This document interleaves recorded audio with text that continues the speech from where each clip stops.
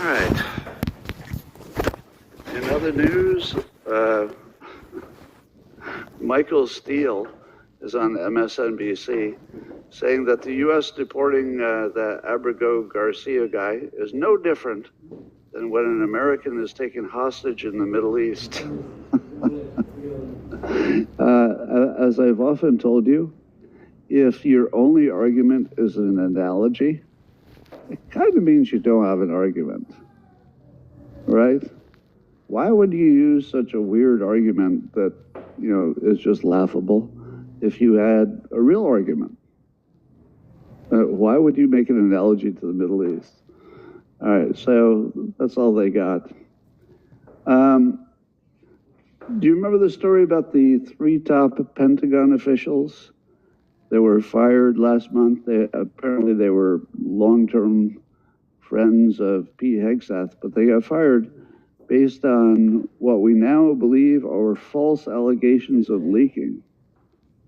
But interestingly, then Glenn Greenwald is pointing this out, all 3 of them were non-interventionists, meaning they didn't want to attack Iran, or basically they were, anti-war unless you really, really needed to.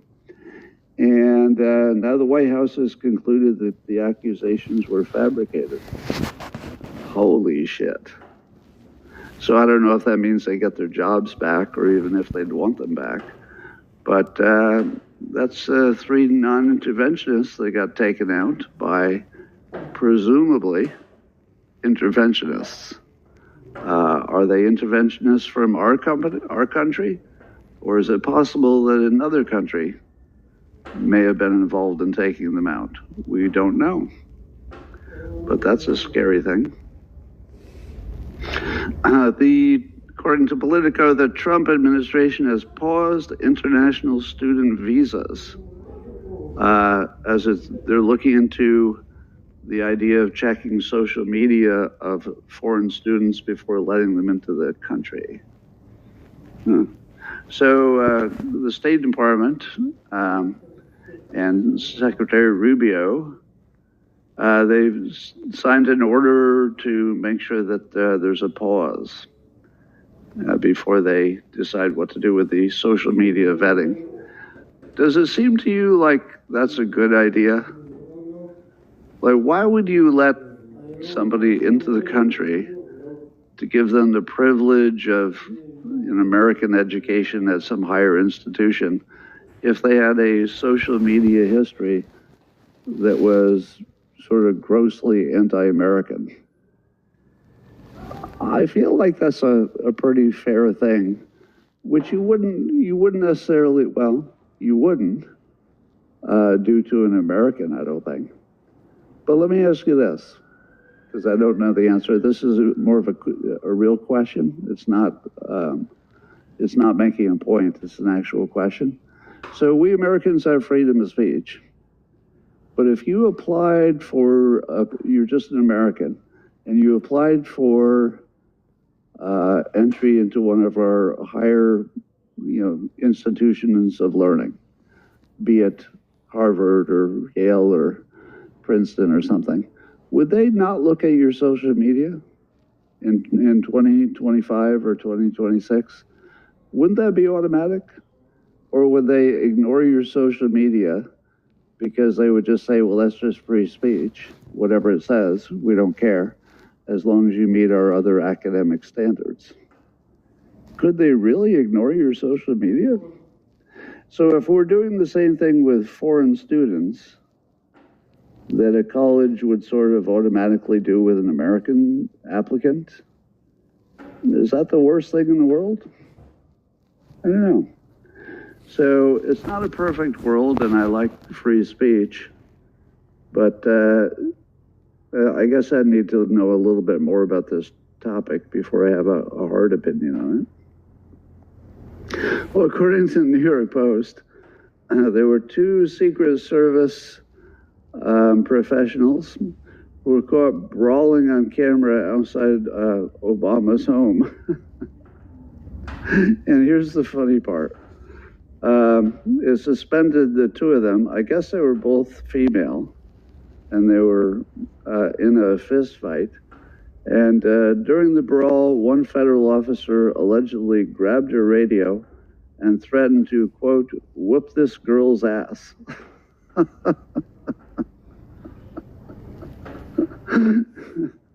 So, I'm not even going to say anything more about it. But it's just funny that outside of Obama's house, there were two female Secret Service people, and one of them threatened to whoop this girl's ass. So anyway, I hope they work that out. According to Breitbart News, the Trump effect is working in Europe, because Europe, well, it looks like they're going to budget $170 billion more for urgent rearmament. You know, Trump had been pushing them to get their NATO spending up so that the U.S. didn't have such a burden over there. So shouldn't that result in us being able to cut our military spending? No, apparently not.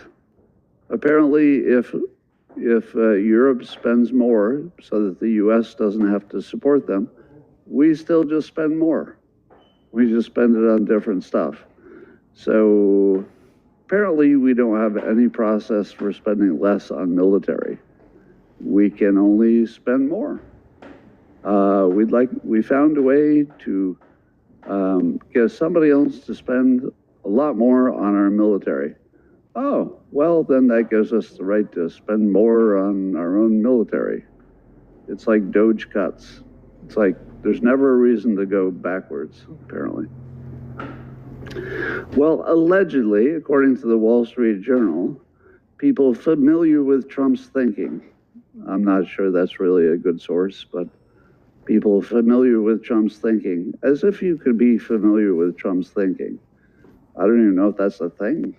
Could you? Even if you knew exactly what he said, would you still be familiar with his thinking?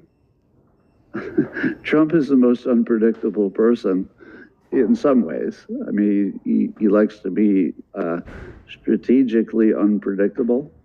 So I'm not sure you could ever be familiar with his thinking, except for the things which he's been consistent on forever. And then we'd already know. But anyway, so he's weighing heavy sanctions against Moscow because, you know, Putin's escalating the war and he seems to have no interest in stopping. And I wonder what kind of sanctions are left. As far as I know, the only sanctions that are left, because according to this report, they eliminated banking as one of the options. So they're not going to squeeze his banking. But I think it would be sanctions on countries that bought energy from Russia. So the sanctions would be on, not directly on Russia, but on their customers. Does that work? Or do all those other countries have enough ways to pretend they're getting the oil from somewhere else that it just wouldn't work at all? I don't know. And then lastly, according to Duke University, there's a new experimental drug that could end pain, but it wouldn't be an opioid and it wouldn't get you high. So it already works on mice, and the mice allegedly are really pissed off that they participated in a painkiller experiment in which they'd removed the fun part where the mice get high. And the mice are like, dude, really? You're going to make us take this experimental drug and we don't even get a buzz off it? And you're like, come on, mice. You signed up for this. And then the mice would be like, we didn't sign up for this. You kidnapped us. And then Michael Steele would say, anyway, I'm not going to take that any further. But there'd be some kind of an analogy there, I'm sure. All right, that's all I got for you today. Ladies and gentlemen, thanks for joining, and I'll be here same time tomorrow. And I'm going to say some private words to the people on Locals, my subscribers, my beloved subscribers. And the rest of you, I'm hoping you'll come back tomorrow, same time, same place. Locals will be private with you in 30 seconds.